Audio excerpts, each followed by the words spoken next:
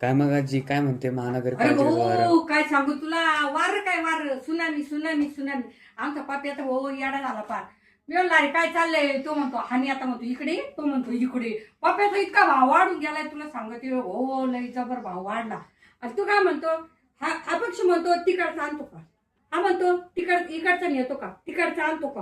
हो लय नुसता तमाशा चालू आहे. हो ये बाई येतं ना माझे भो. आता आपली आता डिसेंबर एंड आलाय, त्याच्यामुळे फुल काय नुसतं धाबेन हॉटेल सारे बुक केले भो.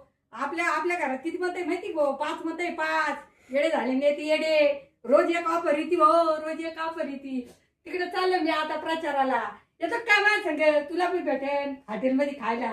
अरे मस्त 4-5 दिवस माझे, 15 दिवस निकाल लागेपर्यंत काय टेन्शन नाही. मग तर काय गुलाला आपलाच.